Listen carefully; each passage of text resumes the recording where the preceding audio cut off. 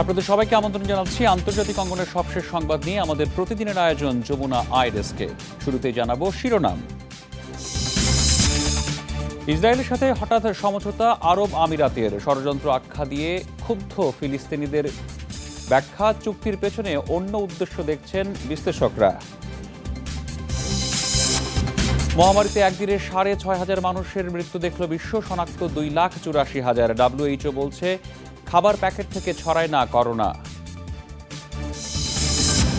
লেবাননে জরুরি অবস্থার অনুমোদন দিল পার্লামেন্ট, বাক স্বাধীনতা আর সমাবেশে হস্তক্ষেপের ক্ষমতা সেনাবাহিনীর। এসব খবরের বিস্তারিত নিয়ে আপনাদের সাথে আছি আমি রাহাত মিনহাজ। পারস্য উপসাগরীয় প্রথম দেশ হিসেবে ইসরায়েলের সাথে সম্পর্ক স্বাভাবিক করার উদ্যোগ নিল সংযুক্ত আরব আমিরাত। বৃহস্পতিবার চমক হিসেবে আসে এই ঘোষণা। মধ্যস্থতাকারী প্রেসিডেন্ট ডোনাল্ড ট্রাম্পের দাবি, অন্যান্য মুসলিম দেশেরও এই পদক্ষেপ নেওয়া উচিত। যদিও ফিলিস্তিনিরা বলছে তাদের অধিকার আদায়ের সংগ্রামে এটি ছুরিকাঘাত।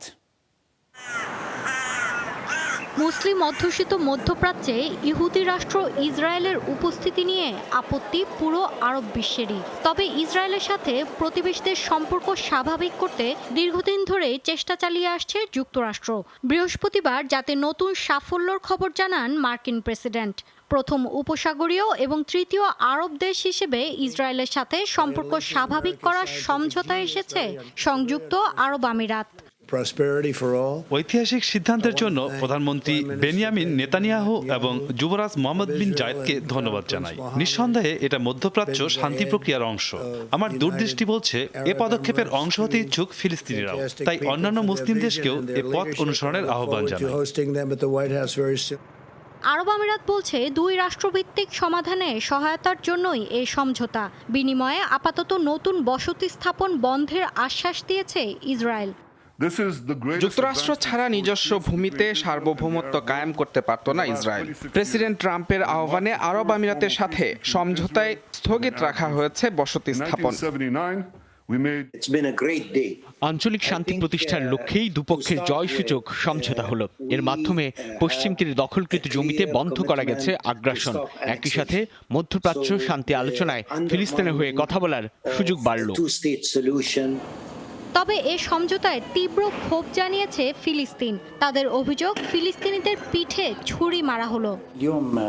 ইসরায়েলের সাথে সখ্যতা গড়ে তোলা ফিলিস্তিনিদের পিঠে ছুরি মারা শামিল, কারণ ইহুদি রাষ্ট্র স্পষ্টভাবে বসতি স্থাপন থেকে সরার ঘোষণা দেয়নি। সমঝোতা অনুসারে শিগগিরই ইসরায়েলের সাথে বিনিয়োগ, পর্যটন, সরাসরি বিমান চলাচল, নিরাপত্তা ও পারস্পরিক দূতাবাস স্থাপনের চুক্তিতে যাবে আরব আমিরাত। মৌলি ইসলাম, যমুনা নিউজ। আরব আমিরাত ও ইসরায়েলের সমঝোতার খবরে বিশ্বজুড়ে মিশ্র প্রতিক্রিয়া। পশ্চিমারা বিষয়টিকে ঐতিহাসিক বললেও ফিলিস্তিনিদের দাবি ষড়যন্ত্রের শিকার তারা। আর বিশ্লেষকদের ইঙ্গিত, শান্তি প্রতিষ্ঠা মূল লক্ষ্য নয়। আরব আমিরাত ইসরায়েল সমঝোতার খবরে রীতিমতো উল্লসিত তেল আবিব। সিটি হলের দেয়ালে দুদেশের পতাকার আলোক প্রদর্শনীর মাধ্যমে বিষয়টি উদযাপন করছে তারা। ঠিক বিপরীত প্রতিক্রিয়া ফিলিস্তিনে। ক্ষোভে ফুঁসতে থাকা ফিলিস্তিনিদের অভিযোগ, ষড়যন্ত্রের শিকার তারা। আমরা 70 বছর যাবৎ দখলদারিত্বের মধ্যে আছি। এর মাঝে আরব আমিরাতের সাথে ইসরায়েলের সমঝোতা কোনোভাবেই শান্তি চুক্তি হতে পারে না। এটা পুরোপুরি ফিলিস্তিনিদের বিরুদ্ধে ষড়যন্ত্র। আগ্রাসী দেশগুলো আরব আমিরাতকে কাজে লাগিয়ে জোরপূর্বক শান্তি চুক্তিতে বাধ্য করতে চায় আমাদের। বিশ্লেষকরাও বলছেন, ফিলিস্তিনের শান্তি প্রতিষ্ঠা এ সমঝোতার মূল উদ্দেশ্য নয়। নির্বাচন কাছাকাছি আসায় রাজনৈতিক এজেন্ডাটি নিয়ে তৎপরতা চালিয়েছেন মধ্যস্থতাকারী ট্রাম্প। সাথে আছে মধ্যপ্রাচ্যে ইরানের প্রভাব কমানোর উদ্দেশ্য। সমঝোতায় নিঃসন্দেহে লাভবান প্রেসিডেন্ট ডোনাল্ড ট্রাম্প। আসন্ন নির্বাচনে দ্বিতীয়বার জয়ী হওয়ার জন্যই এটা দাবার চাল। আরব দেশগুলো বর্তমানে ইরানকে অন্যতম শত্রু ভাবছে। দেশটিকে কুপকাত করতেই হাত মেলাচ্ছে ইসরায়েলের সাথে। প্রেসিডেন্ট ট্রাম্পের উল্লসিত হওয়া স্বাভাবিক, কারণ মধ্যপ্রাচ্য শান্তি প্রক্রিয়া এগিয়ে নিতে না পারলেও কৌশলে ইসরায়েলের বসতি স্থাপনের বৈধতা দিচ্ছেন তিনি, অথচ বাহাবা পাওয়ার যোগ্য আরব আমিরাত। ইসরায়েলের সাথে সম্পর্ক নমনীয় করার তালিকায় মধ্যপ্রাচ্যে আরব আমিরাতই প্রথম দেশ নয়। 1979 সালে মিশর এবং 1994 সালে জর্দান ইসরায়েলের সাথে সম্পর্ক স্বাভাবিক রাখার সমঝোতা করে। মৌলি ইসলাম, যমুনা নিউজ। ২৪ ঘন্টায় বিশ্বে ৬,৫০০ মানুষের প্রাণ কেড়ে নিয়েছে করোনা ভাইরাস। নতুন করে শনাক্ত হয়েছেন 2,84,000-এর বেশি। মোট আক্রান্তের সংখ্যা 2,11,00,000-এর কাছাকাছি, প্রাণহানি 7.5 লাখের ওপর। দিনের সর্বোচ্চ 1300 মৃত্যু দেখেছে ব্রাজিল। দেশটিতে মোট প্রাণহানির সংখ্যা 1 লাখের বেশি। যুক্তরাষ্ট্রেও মারা গেছেন কাছাকাছি সংখ্যক মানুষ, মোট প্রাণহানি 1,70,000। এদিকে সংক্রমণের শীর্ষে ছিল ভারত, 64,000-এর মতো মানুষ আক্রান্ত হয়েছেন কোভিড-19-এ। খাবার বা খাবারের প্যাকেট থেকে ছড়ায় না করোনা ভাইরাস, এমন দাবি বিশ্ব স্বাস্থ্য সংস্থার। এদিকে আগামী বছরই বাণিজ্যিক ভিত্তিতে ভ্যাকসিন উৎপাদনের ঘোষণা দিল ব্রিটিশ প্রতিষ্ঠান অ্যাস্ট্রাজেনেকা।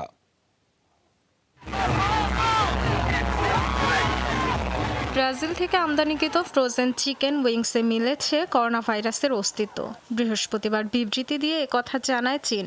মহামারীর মধ্যে নতুন আতঙ্ক তৈরি করেছে এ খবর।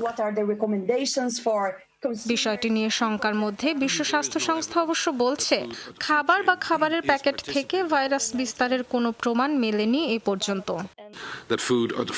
ভাইরাস বিস্তারে খাদ্য সরবরাহ প্রক্রিয়ার কোনো প্রভাব আছে এমন কোনো তথ্য পাওয়া যায়নি।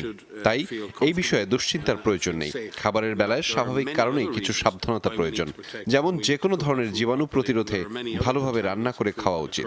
আলাদা করে কোভিড-19-কে ঝুঁকি হিসেবে দেখার প্রয়োজন নেই। করোনার ভ্যাকসিন নিয়ে চূড়ান্ত ধাপের হিউম্যান ট্রায়াল চালানো ব্রিটিশ প্রতিষ্ঠান অ্যাস্ট্রাজেনেকার আশা, নভেম্বর-ডিসেম্বরের মধ্যেই শেষ হবে পরীক্ষা। স্থানীয় কয়েকটি প্রতিষ্ঠানের সাথে চুক্তির ভিত্তিতে মহামারীর অন্যতম হটস্পট লাতিন আমেরিকায় 40 কোটি ডোজ ভ্যাকসিন সরবরাহের লক্ষ্য তাদের।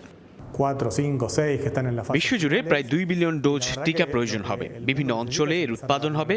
অ্যাস্ট্রাজেনেকা আমাদের প্রতিষ্ঠানের মাধ্যমে 250 মিলিয়ন ডোজ উৎপাদন করবে, আর সেগুলো সরবরাহ করা হবে লাতিন অঞ্চলে। খুব শিগগিরই উৎপাদন শুরু করব। অনুমোদন প্রক্রিয়া শেষ হতে হতেই বিপুল পরিমাণ ডোজ প্রস্তুত থাকবে। ভ্যাকসিন নিয়ে অনিশ্চয়তার মধ্যেই দ্বিতীয় দফায় সংক্রমণ বাড়ছে অনেক দেশে। পরিস্থিতির অবনতি হওয়ায় নতুন করে লকডাউনের সিদ্ধান্ত নিয়েছে পেরু। যুক্তরাজ্যে প্রবেশের পর 14 দিনের বাধ্যতামূলক কোয়ারেন্টাইনের তালিকায় যুক্ত হয়েছে ফ্রান্স, নেদারল্যান্ডস সহ আরও 4টি দেশ। দক্ষিণ কোরিয়ায় বেড়েছে ক্লাস্টার ভিত্তিক সংক্রমণ। Dorothy Tasrin, Jamuna news. খিদে যখন যেখানে, সাথে থাক বেলামে। জনসমাগমে মাস্ক না পরায় 1.5 শতাধিক মানুষকে জরিমানা করেছে ফ্রান্সের পুলিশ। বৃহস্পতিবার নিজ শহরে চালানো হয় এই অভিযান। প্রত্যেককে 135 ইউরো, যা প্রায় 13,000 টাকার মতো আর্থিক জরিমানা করা হয়। প্যারিস সহ 4টি শহরে মাস্ক পরিধানে কড়াকড়ি আরোপ করেছে ফরাসি সরকার। সবশেষ 24 ঘন্টায় 2700 মানুষের করোনা শনাক্ত হয়েছে দেশটিতে। মোট আক্রান্ত 2 লাখের বেশি, মারা গেছেন 30,000-এর বেশি মানুষ। এদিকে সংক্রমণ ঠেকাতেই প্রকাশ্যে ধূমপান নিষিদ্ধ করা হয়েছে স্পেনের গালিসিয়া ও ক্যানারি আইল্যান্ডে। আর এর সাথে যমুনা আইরেসকে সময় হলো একটা বিরতির। ফিরছে একটু পরে।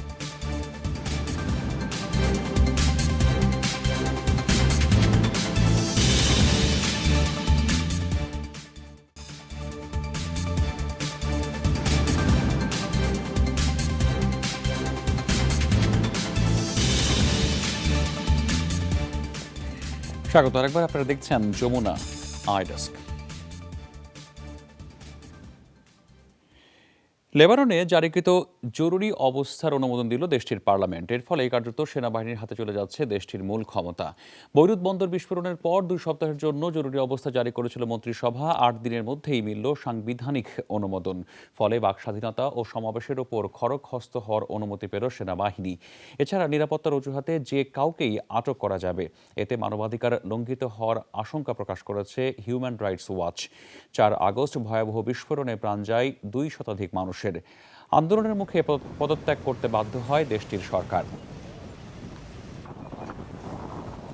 বৈরুতে ভয়াবহ বিস্ফোরণের মধ্যেই সেন্ট জর্জ হাসপাতালে সন্তান জন্ম দেন ইমানুয়েল। সদ্য ভূমিষ্ঠ শিশু জর্জ সামাজিক যোগাযোগ মাধ্যমে অলৌকিক শিশু হিসেবে এখন ভাইরাল। লেবাননের সেন্ট জর্জ হাসপাতাল, প্রসব বেদনায় কাতর 28 বছর বয়সী ইমানুয়েল। সে সময়ই ঘটে ভয়াবহ বিস্ফোরণ।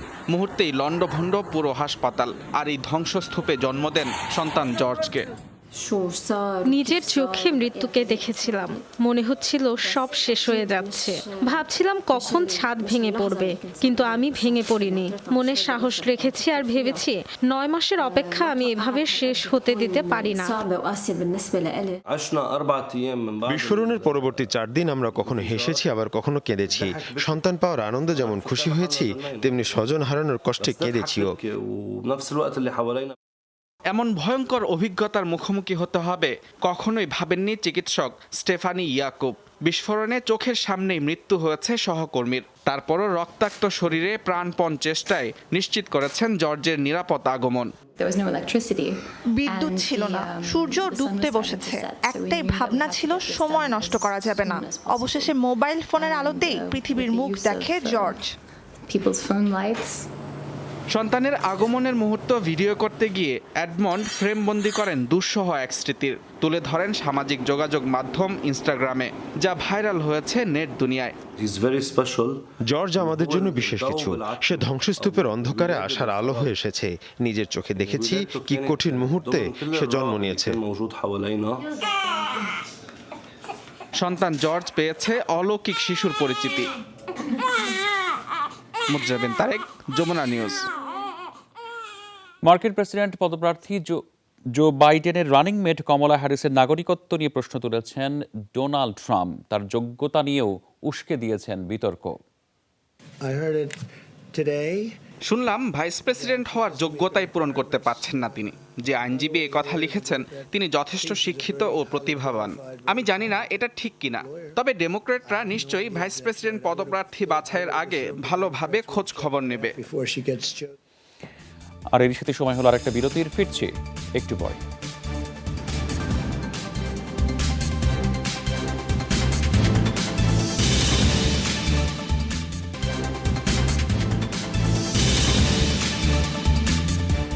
স্বাগত আরেকবার, আপনারা দেখছেন যমুনা আই ডেস্ক। জম্মু কাশ্মীরে বন্দুকধারী গুলিতে প্রাণ হারিয়েছেন পুলিশের 2 সদস্য। ভারতের স্বাধীনতা দিবসের ঠিক আগ মুহূর্তে ঘটল এই অনাকাঙ্ক্ষিত ঘটনা। পুলিশ জানিয়েছে শুক্রবার সকালে রাজধানীর শ্রীনগরে হয় গোলাগুলি। তাতে ঘটনাস্থলেই মারা যান 2 জন, গুরুতর আহত হয়েছেন 2 জন পুলিশ সদস্য। অস্ত্রধারীদের সন্ধানে চলছে চিরুনি অভিযান। পুলিশের দাবি হামলাকারীরা পাকিস্তান ভিত্তিক জয়শ-ই মোহাম্মদ জঙ্গি সংগঠনের সদস্য। এদিকে করোনা মহামারীর মধ্যেই নানা আয়োজনে 73তম স্বাধীনতা দিবস উদযাপন করেছে পাকিস্তান।